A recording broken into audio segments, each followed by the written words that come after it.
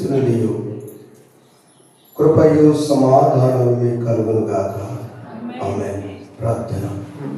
మహోన్నతుడా నీకు స్తోత్రం, శక్తిమంతుడా నీకు స్తోత్రం. నీ సన్నిధిలో నీ నీడలో ఉండటానికి మా బిడ్డలందరూ పురికెల్పి నడిపించిన వాడా మీకు స్తోత్రం.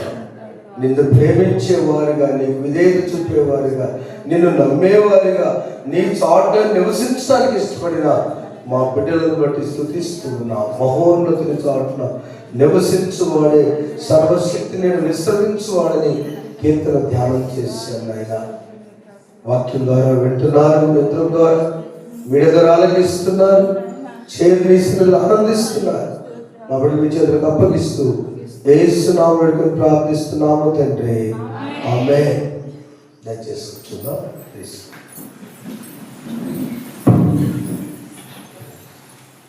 మరొకసారి ప్రభునామం మీ అందరికీ, మీడియా వారికి మీ అందరికీ వందనాలు తెలియజేస్తాను. Praise the Lord. అందరికి గుడ్ మార్నింగ్ అండి. అందరూ గుడ్ మార్నింగ్ సార్. సార్ అందరికీ గుడ్ మార్నింగ్ చెప్తారు. శుభాలు మీకు కూడా శుభాలు తెలియజేస్తున్నారు. సో హ్యాపీగా శ్రావ్య వెల్కమ్ టు యూ. ఆయన సన్నిధిలో ఉన్న ఆనందం గొప్పది. సత్యకేశమ ఆదివారం అనగా ప్రభుని యొక్క పునరుద్ధారానికి ముందు 70వ రోజు ఈరోజు. అంటే మన షెడ్యూల్ ప్రకారం లెక్క వేసుకోవడం కాదు, కానీ మన పాఠ్యభాగాలు ధ్యానం చేయడానికి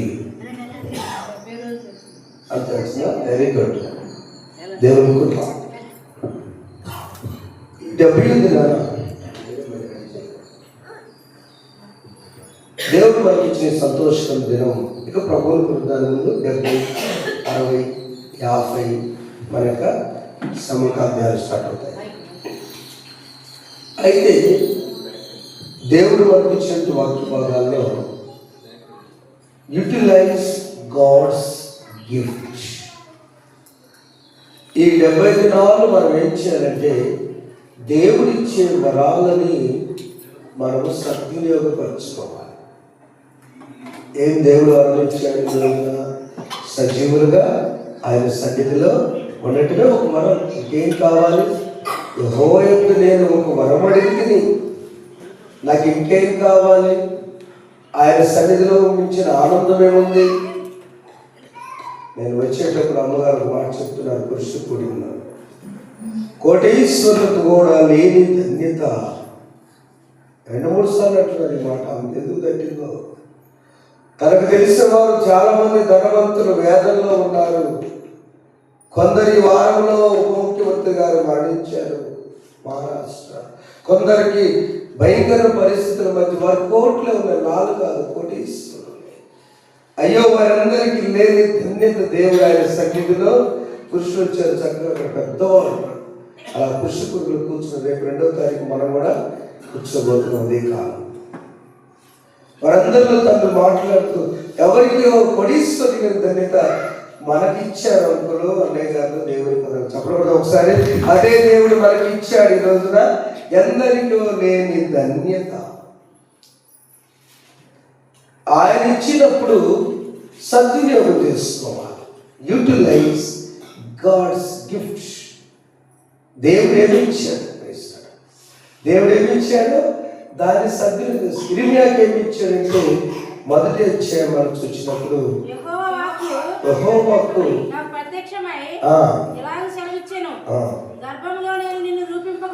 గర్భములో నేను నిన్ను రూపింపక మునిపే నిన్నెరిగితిని నిన్ను ప్రతిష్ఠించి తిని బయటపడ్డాక నేను ప్రవక్తగా చేశాను. 3వ వీళ్ళ నాన్నగారి పేరు ఇర్మియా. ఈ వాక్య భాగాలు ఈ గ్రంథం రాసింది క్రీస్తు పూర్వం 580వ సంవత్సరంలో రాశారు.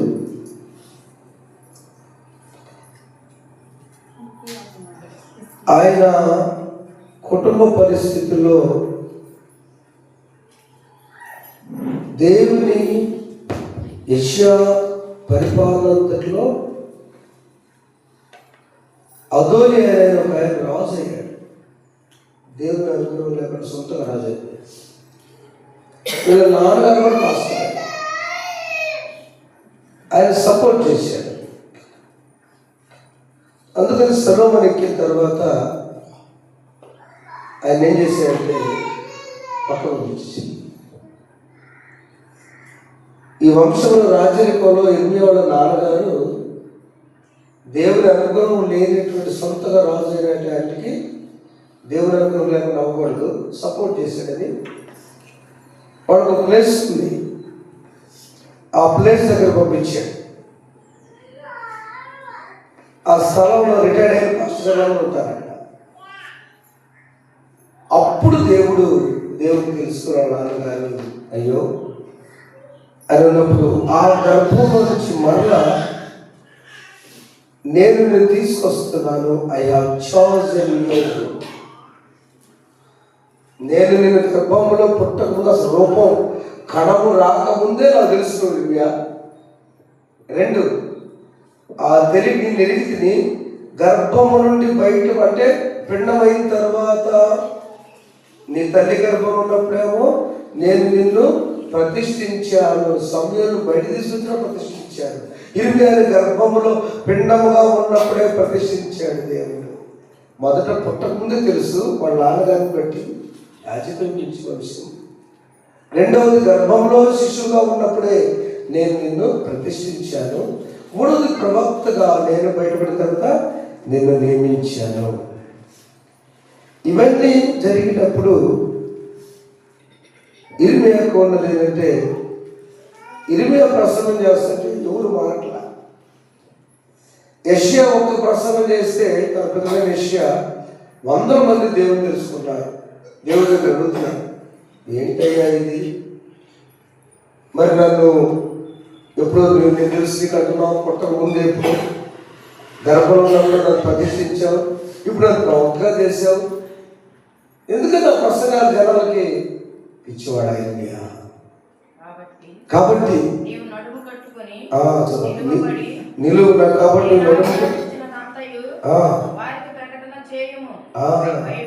భయపడకు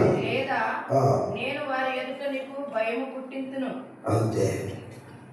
చూసారా వచ్చిన కాబట్టి నువ్వు నడుము కట్టుకొని నిలవబడి నేను ఆజ్ఞలంతా వారికి ప్రకటన చేయము, భయపడద్దు. ప్రకటించే స్వార్థికుడు ఇర్మియా, కన్నీటి ప్రవక్త. దేవుడు చేసే తెలుసా, ఇర్మియా నీతో ఒక లోపం ఉందయ్యా, నీలో ఒక లోపం ఉంది, నువ్వు సరి చేసుకో. అదే సరి చేస్తున్నాడు ఇర్మియా. ప్రతి కన్నీటి ప్రార్థన దేవుడు ఇర్మియాని కన్నీటి ప్రవక్తగా అద్భుతంగా వాడుతున్నాడు. చెప్పడం ఒకసారి దేవుడు క్రైస్తులో. అందుకని యాకోబుతో మాట్లాడింది 44వ అధ్యాయం యెషయా గ్రంథంలో చదువునారా, అక్కడ మంచి మాట్లాడింది. నా సేవకుడు యాకోబు నేను ఏర్పరిచిన ఇశ్రాయేలు వినుము, నేను సృష్టించి గర్భం నిర్మించి నేను సహాయం చేయడం యెహోవా. అంటే ఏంటి అక్కడ మన సంగతి దేవుడికి ఎప్పుడో తెలుసండి. అది నేను చెప్పాలనుకున్నా. Utilise the gift. దేవుడిచ్చిన ఈ జీవితాన్ని సద్వినియోగం చేసుకున్నది. ఏం బతుకుని సేవ బాగండి, మంచి బ్రతుకు బతికితే సత్య పేడ అయిపోయింది. ఎట్ట పేడ ఉంది సత్యంత రోజు ఎడతాను. నేను ఒక్కరోజు ఎడుతాను. ఆ ఒక్కరోజు కూడా 2 రోజులు పెట్టి వెళ్ళిపోయాడు. మా పరిస్థితి ఏందని మా భార్య పైకి నుంచి కేకలేసింది. తర్వాత తల్లటి చేసేది ఒక చుట్టాలు సొంతం వస్తుంది, మొత్తం తల్లట్టు చేసేది. ఇలా బ్యాడ్. ఎందుకు ఆమె తెలుసు ఆ బాధ. కానీ సరిపోతే కాదు లాభం. మనం బ్రతికి ఉన్నప్పుడు దేవుడు మనల్ని ఎరిగి ఉన్నాడు, మనం ప్రతిష్ఠించాడు, మనం వాడుకుంటాడు. ఆయన ఒక పురుషునిగా, స్త్రీగా, ఇంటి యజమానురాలుగా, బిడ్డగా వీఆర్ వెరీ వాల్యుబుల్. ఆ మాట చెప్తున్నాను. నేను రాసిన పాటలో 3వ వచనం రాశా, నా తల్లి గర్భమందు నేనుండగా నన్నెన్నుకున్న నా దేవా, ఈ పాప నీవు క్షమించావు, నీ సేవకైతే జీవిస్తానే ఉద్యోగం చేస్తేనే రాశా. నా యేసు రాజా, నా దివ్య తేజ, నీకే చెల్లించును ప్రభువా. నా యేసు రాజా, నా దివ్య తేజ, నీకే చెల్లించును ప్రభువా. రక్షణ పాత్ర దేవుని, నీ నామమునే చాటెదను. రక్షణ పాత్ర దేవుని, నీ నామమునే చాటెదను. నీ నామమునే చాటెదను. నా యేసు రాజా, నా దివ్య తేజ, నీకే ప్రభువా. నా తల్లి గర్భమందు నేనుండగా కలిగినప్పుడా నా దేవా. నా తల్లి గర్భమందు నేనుండగా కలిగినప్పుడా నా దేవా. ఈ పాపిని నీవు క్షమించావు, ఈ సేవకై నే జీవించును. ఈ పాపిని నీవు క్షమించావు, ఈ సేవకై నే జీవించును. నా యేసు రాజా, నా దివ్య తేజ, నీకే ప్రభువా. నా యేసు రాజా, నా దివ్య తేజ, నీకే ప్రభువా. మనందరం మన తల్లి గర్భంలో వచ్చినప్పుడు ఆయనకి ముందే ఆయనకు మనం తెలుసు, ఆయన మనం ప్రతిష్ఠించాడు, ఆయన మన వాడుకుంటాడు. అందరూ ప్రవక్తలంటే నీ తల్లికి నీ బిడ్డకు నువ్వే ప్రవక్త. దేవుని విశ్వాసి ప్రతిష్ఠించబడి మనందరం దేవునికి తెలుసండి. అందుకనే మోషే విషయంలో ఒకసారి చూస్తే నిర్గమకాండం 4:10 అయ్యా అంటున్నాడు, ఇంతకు ముప్పై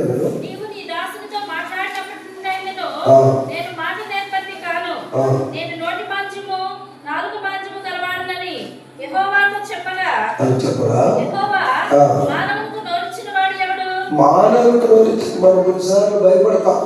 అయ్యా నేను నిన్ను ఎన్నుకున్నాను, నిన్ను ఏర్పాటు చేస్తున్నాను అని అనగా భయపడతాం. అమ్మో నేనా? కాదు, నువ్వే. మా నోటి మాటలు కాదు, నేను నిన్ను ఎన్నుకున్నా. దేవుడు ఒకరిని ఒక పనికి నియమించాడండి. వ్యవసాయదారుడు దేవుడు ఎన్నుకున్నాడు. వ్యవసాయంలో భోజనం పెట్టాడు. వ్యాపారస్తులుగా దేవుడు ఎన్నుకున్నాడు. మెడికల్గా దేవుడు ఎన్నుకున్నాడు. సేవకులుగా ఎన్నుకున్నాడు.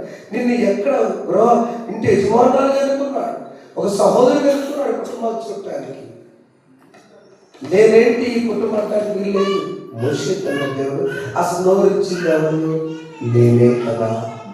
మనం నమ్మవలసింది దేవుడు ఇచ్చిన జీవితాన్ని వెనుకున్నటువంటి వాళ్ళారా, జాగ్రత్త సోదరులారా, దేవుడు ఇచ్చిన జీవితాన్ని అనుభవిద్దాం.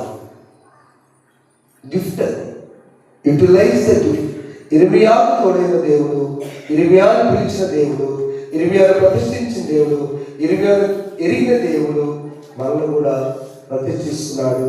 మనం ఆయన చేతిలో ఉందాం అంతే. రెండో భాగం మనం చూసినప్పుడు విశ్వాసాన్ని కూడా వృధా చేయకూడదు. మొదటిది, ఆయన నీకు మంచి జీవితాన్ని ఇచ్చాడు. Don't waste your life. నీ కుటుంబంతో గడపడము, నీ బిడ్డలతో గడపడం, నీ తల్లిదండ్రులతో గడపడము, నీ సన్నిధిలో గడపడం. ఒక పాట పాడా కదా మనం, ఏంటది? నీ సన్నిధానములో రాజా సంపూర్ణ సంతోషము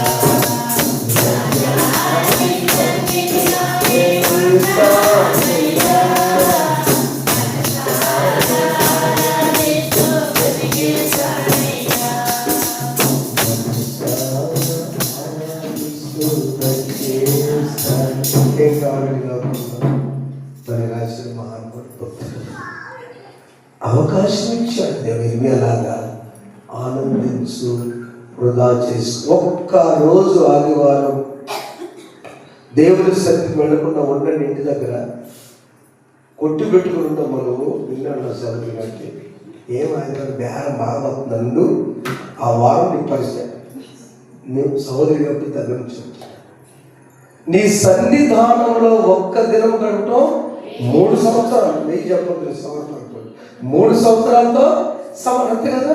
1000 దినాలంటే సుమారు 3 సంవత్సరాలు. ఒక్క దినం పోగొట్టుకుంటే అయ్యో వృధా చేయకు బ్రదర్ ఆయన సన్నిధిని. రెండవ భాగంలో విశ్వాసాన్ని కూడా వృధా చేయకూడదట. అపొస్తలుల కార్య గ్రంథం 17:34 అది నవపత్రిక 10:17. అయితే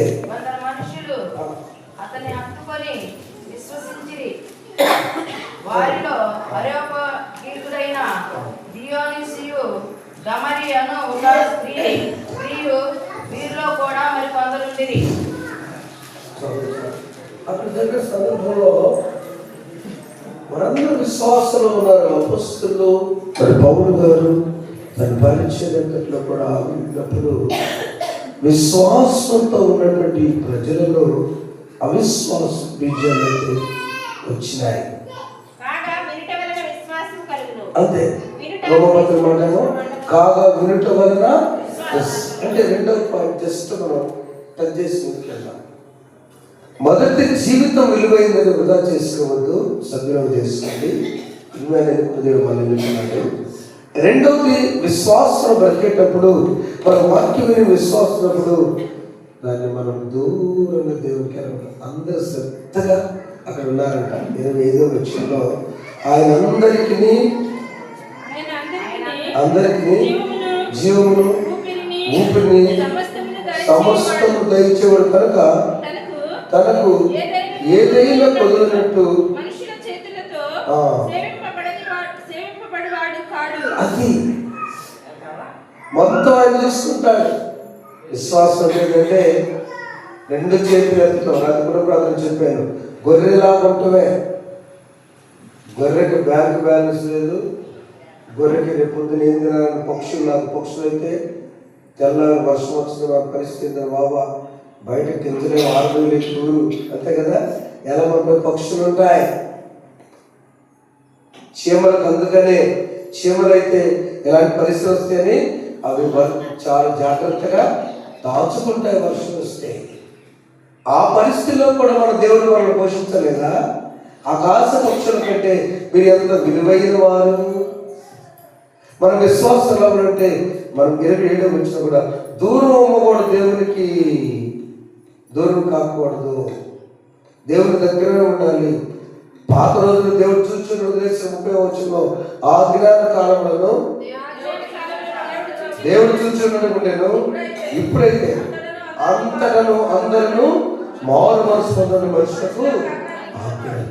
అంటే రెండవ భాగం పత్రిక పాఠ్య భాగంలో మనం ఏం నేర్చుకోవాలంటే నీ విశ్వాసాన్ని కాపాడుతూ వృధా చేసుకోమాకండి.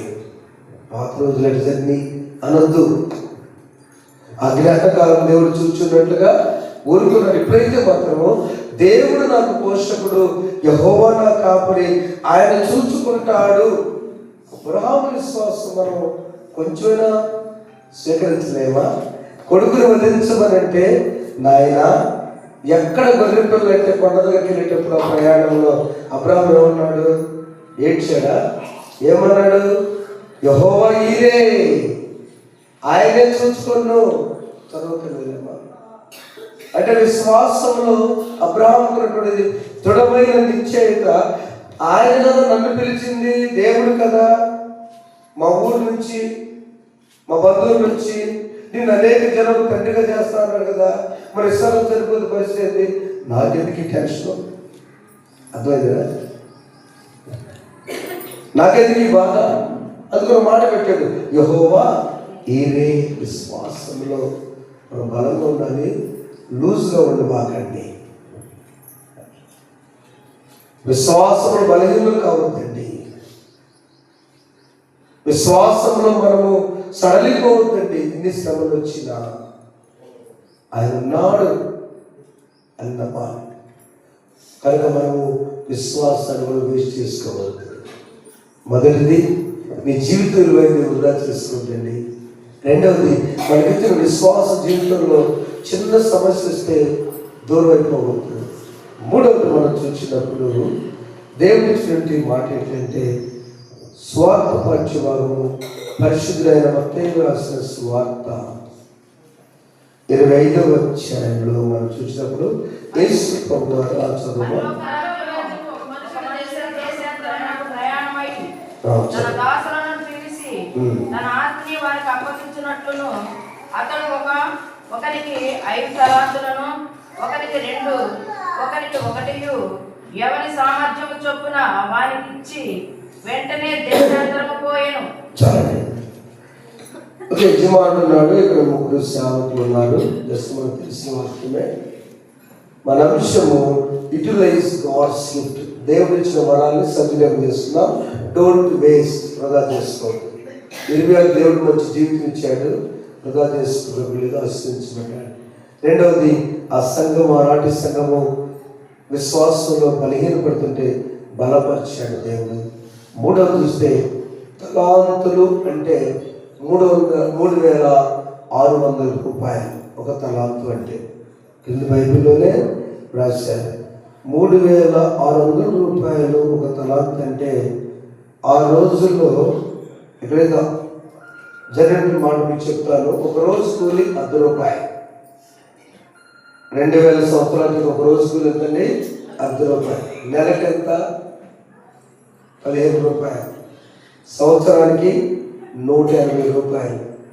ఈ 3,600 అంటే ఒక తలాంతు 20 సంవత్సరాలు ఎవరైనా జీతానికి పనిచేస్తే అంత ఇస్తారంట. మౌనిషం అప్పట్లో 3,500 ఉంటుందా? అట్లా ఎన్ని ఇచ్చాడు? దానికి 5 తలాంతులు ఇచ్చాడు, 18,000 రూపాయలు. అంతేనా? 5 3 2 ఆయనకి ఎంత ఇచ్చాడు? 7,200 2 తలాంతులు. 3 ఆయనకి ఎంత ఇచ్చాడు? 3,600 ఒక తలాంతు. మొదట ఆయన ఏం చేశాడంటే, నా యజమానుడు నన్ను నమ్మాడు, నా యజమానుడు నన్ను దాన్ని డెవలప్ చేయమని ఇచ్చాడు, కాబట్టి నేనేం చేయాలంటే దాన్ని కష్టపడి తను వచ్చేసరికి ఇప్పుడు వస్తాడో లేదు, వచ్చేసరికి శ్రమ పడ్డాడు, డబల్ చేశాడు. 5 తలాంతులు. 5 తలాంతులు తీసుకున్నవాడు వెళ్ళి వ్యాపారం చేసి మరి 5 తలాంతులు సంపాదించను. అలా 17వ వచనం, 2 తీసుకున్నవాడు మరి 2 సంపాదించను. అయితే 1 తలాంతు తీసుకునేవాడు వెళ్ళి అమ్మ చాలు ఆయన సంగతి చెప్తా. 5 ఆయన 5 సంపాదించాడండి, 2 ఆయన 2 సంపాదించాడు. ఒకటి ఆయన చెబుతున్నాడు, సాకులు చెబుతున్నాడు. అయ్యా నువ్వు ఇచ్చావు కదా, ఎందుకు లేనిపోయింది నష్టం చేయడం, తెలివిగా మాట్లాడుతున్నాడు. నువ్వు ఇచ్చిన దాన్ని పైగా దొంగతనం జరుగుతానని భూమిలో పాతి పెట్టా, లంక బిందులంటే అయ్యే.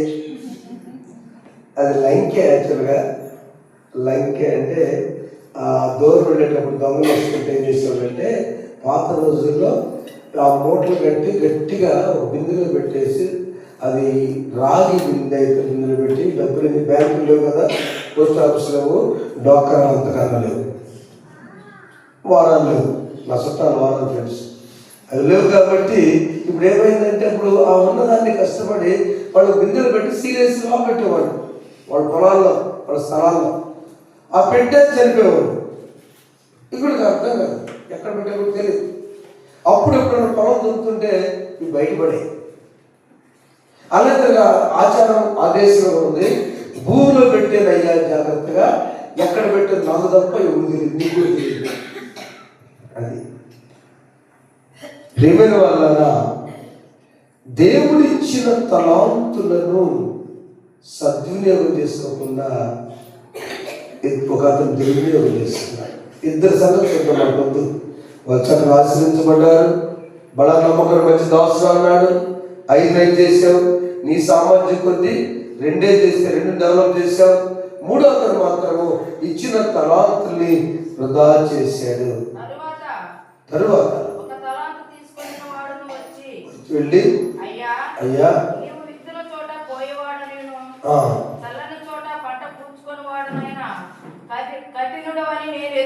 అయ్యంత బాధ వేస్తుంది చాలా. పైకి నన్ను కఠినం అంటాడు. ఆయన కోపం వచ్చింది అక్కడ. నాకు చేత కాదంటే అట్టుండేదో. అవునండి, అర్థమవుతుందా? ఆ 3వ అతను నా వల్ల కాలేదంటే అట్టుండేదో. నువ్వు కఠినుడు, పైగా నాకెందుకు నీ తల్లి. అయ్యయ్యో, ఇతరులో ఉన్నటువంటి 2 మంచిగా తలాంతులను నేర్పించుకున్న వారిని ఒకసారి జ్ఞాపకం చేస్తాను. దినవృత్తాంతముల మొదటి గ్రంథం 15వ అధ్యాయము 22వ వచనంలో కెనన్య అనే ఒక ఆయన ఉన్నాడండి. ఆయన మందసాన్ని మోసేటప్పుడు దేవుని మందసాన్ని ఎవరు ఎప్పుడు ఎట్లా మొయ్యాలని ఒక క్రమం తెలిసిన ఆయన. ఎలా పడతారు మొయ్యకూడదు, పరిశుద్ధత, దాని విధానం అని ఒక క్రమం తెలిసిన ఆయన ఉన్నాడు అక్కడ. ఆయన చాలా క్రమమైన రీతిలో మోసేవాడు. ఒకసారి చూస్తే అక్కడ కెనన్య మందసాల్లో మోయటంలో నేర్పరి తీస్తే లేదా వినండి చాలు. 2వ వ్యక్తి ఉన్నాడు, బంగారు పన్ను. దినవృత్తాంతం 2వ గ్రంథం 2వ అధ్యాయం 13వ వచనంలో అన్ని పనులు చేయడంలో నైపుణ్యం కలిగి ఉన్నాడు ఒక ఆయన. చురుకైన పనివాడిని. చాలండి, అంతే. దేవుడు ఏం చేశాడంటే చురుకైన పని ఆయన పంపిస్తున్నానంటే ఆయన చక్కగా అన్ని కూడా జరిగించాడు. ప్రేమైన వాళ్ళ, దేవుడు మనకి ఎవరెవరికి ఏ తలా చేయడో అది తెలుసుకోవాలి. వాక్యం చెప్పే తలాంతకి మంచిదే, ప్రార్థన చేయడం మంచిదే, వాక్యం చదవడం మంచిదే, దేవాలయంలో పరిచయం చేయడం మంచిదే, అన్నిటికీ చదివేక్కర్లేదు, విధేయతగా వినటం కూడా మంచిదే. ఎన్ని పరిస్థితులు ఎలా వచ్చినా నాకెందుకులే ప్రభు ఉన్నాడని సర్దుకోవడం కూడా మంచిదే. అది పెద్ద తలాంతు. మౌనం ఉండడం చాలా మంచిది, దేవుడికి పెద్ద తలాంతు అది. ఎన్ని పరిస్థితులు వచ్చినా నేను గర్వంగా చెప్తాను, నూతన క్రైస్తవులకి భయం ఎక్కువ. పెద్ద పెద్ద చర్చల గురించి మాట్లాడు, వాడు ఎవ్వరి గురించి అసలు ఆలోచించాను. పాస్టర్ గారు ఏం మాట చెప్పినా, వచ్చినా రాకపోయినా బయట చుప్పట్లో దేవాలయాన్ని శుద్ధం కలిపి గుంపులు గుంపులు కాడికి వచ్చేసి ఆ దేవాలయం టచ్ చేసుకుని వెళ్ళిపోయి పశ్చాత్తాపడి వేరే విషయాలు మనకు అవసరం, నేనే సొంతని కదని ఆ దేవాలయం దగ్గరికి వెళ్ళి ప్రార్థన చేసుకుని వెళ్ళిన నా సోదరులందరూ దీవించబడారు. చప్పడవడం గట్టిగా ఒకసారి గట్టిగా చప్పడవడం అంటే ఎప్పుడు ఏదైతే చూడు వాడిలా వీడిలా అనాలో అది కూడా పెద్ద తల అంతే. అందుకే ప్రెస్టేజ్ తెచ్చాడు ఫారెన్లో లూథరన్ చర్చ్, ప్రొటెస్టెంట్స్ మనకు అనవసరం అండి, ఎందుకు మనకు ఆ సంగతులు, ఏదో జరుగుతూ ఉంటే కానివ్వండి అంట కూడా తలంతే సర్దుకునే జీవితం. దేవుని సన్నిధిలో ఉన్న మనము ఏం నేర్చుకుని వెళ్ళాలి దేవా ఈ దినం అంటే. అందుకనే ఆయన ఏం చేసింది, ఒక్కొక్కరు ఒక రీతిలో డివైడ్ చేసేది దేవుడు. ఎఫెసీ పత్రిక 4:13 కొందరిని అపొస్తలులు గాను, కొందరిని ప్రవక్తలు గాను, కొందరు స్వార్థులు గాను, కొందరిని కాపులు గాను, కొందరు ఉపదేశకులు గాను చేశాడు దేవుడు.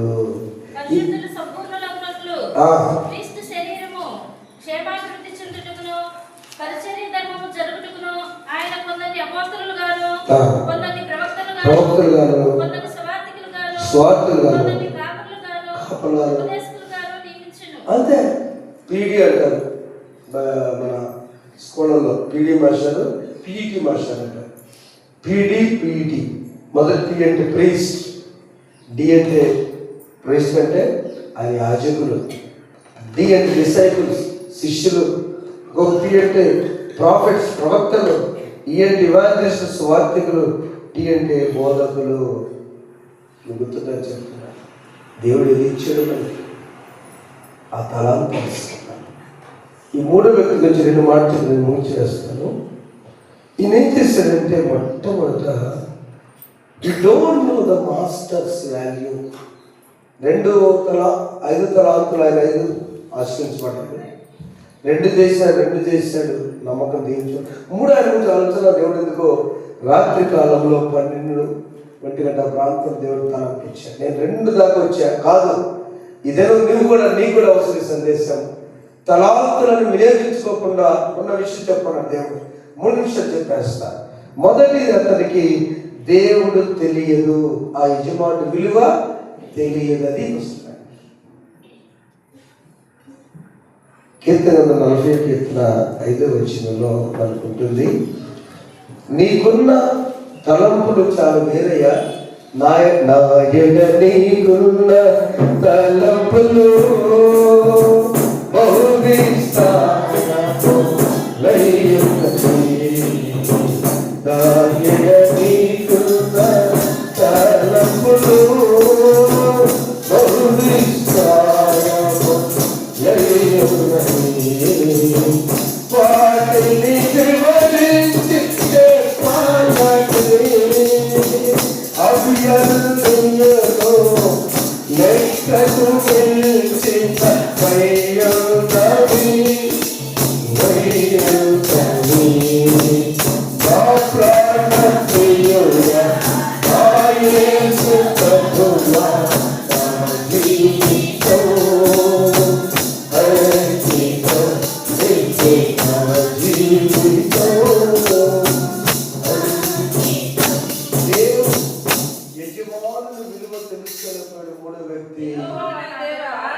నీవు మా ఎడల జరిగించిన ఆశ్చర్య క్రియలను, మా ఎడల నీకున్న తలంపులను బహు విస్తారములు, వాటిని వివరించి చెప్పేదనుకుంటున్నా అవి లెక్కకు మించినవై ఉన్నవి.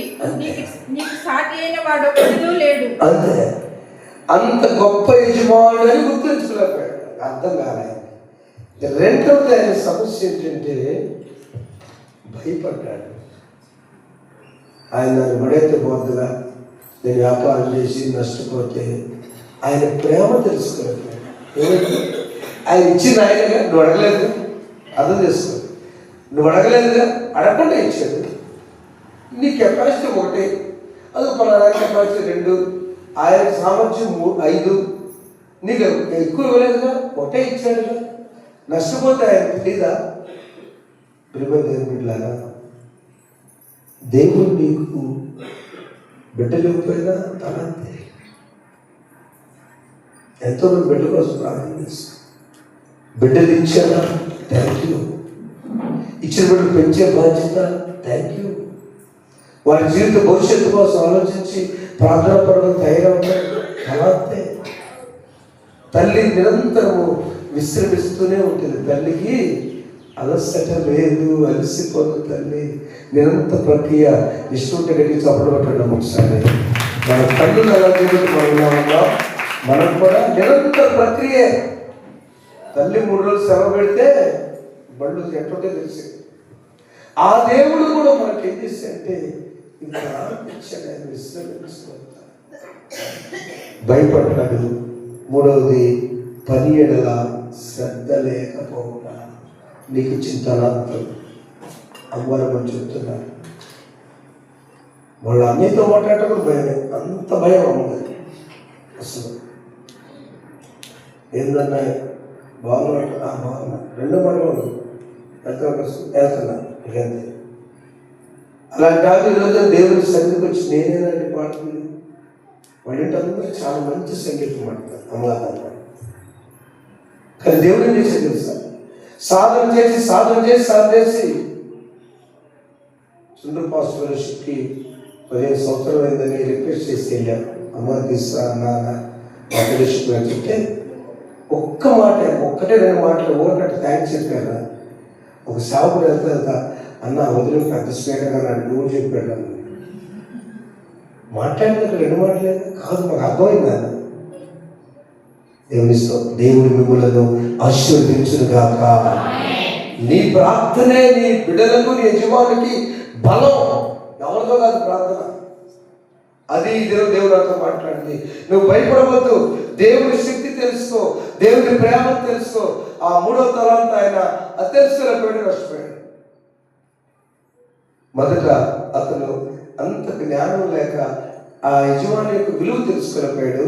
2 ఆయన ప్రేమగా తెలుసుకోపోయాడు. 3 భయపడ్డాడు. 4వది పని ఎడల శ్రద్ధ లేకపోయేసరికి అయ్యో చెడ్డ దాసుడా అని అవార్డు తీసుకున్నాడు. మన జీవితాల్లో మనం కూడా దేవుని ఎరుగుతాం. ఇరిమియాను ఎరిగిన దేవుడు, ఇరిమియాను ప్రతిష్ఠించిన దేవుడు, ఇరిమియాను ప్రవక్తగా చేసిన దేవుడు మనల్ని అభిషేకించును గాక.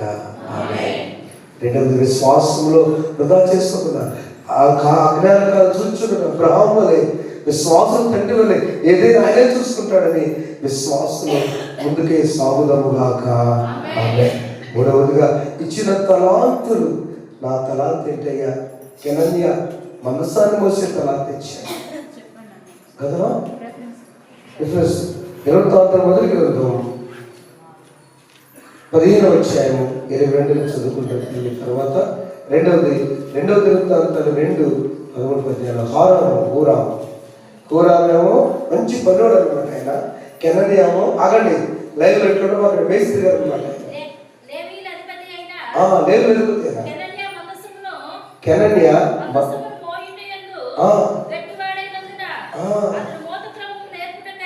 మోత క్రమమును నేర్పుటకై అంతే.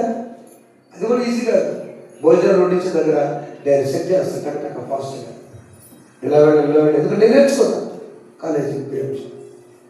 మన దేవుడు మనకి ఇచ్చి నీ క్రమం నీ కుటుంబంలో దేవా ఈ మొదటి వారమే నాకు ఏ క్రమం ఇచ్చావు, అసలు నా తలాంత ఏంటో, నన్ను ఖాళీగా వచ్చి ఇష్టమా థ్యాంక్ యూ అంతే. ఆయన చెప్తాం వైద్యుగా అన్నీ ఆయన చూసుకుంటాడు. మరి నేనేం చేయాలి నీకోసం? ముందు ఆయన పరిష్కారం చేస్తాం.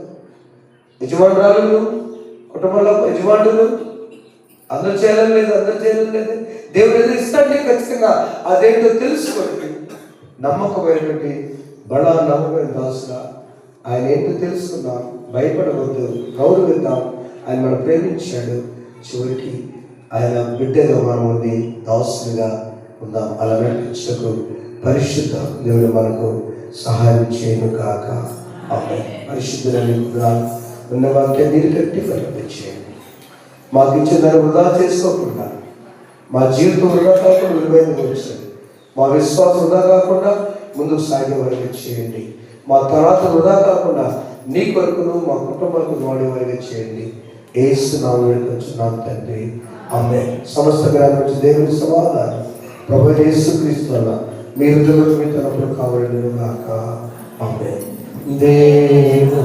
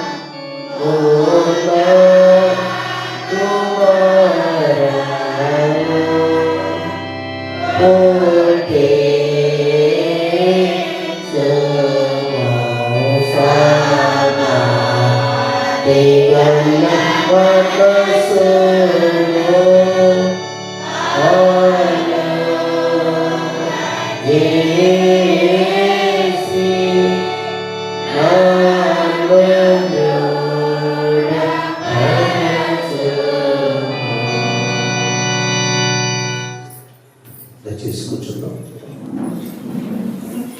మెగా పరిషత్ దేవుడు నన్ను దీవించి మీ జీవితం విలువైనగా చేసుకున్న విశ్వాసంగా చేసి ప్రవేశంగా చేసిన ముందుకే సాగుతాం.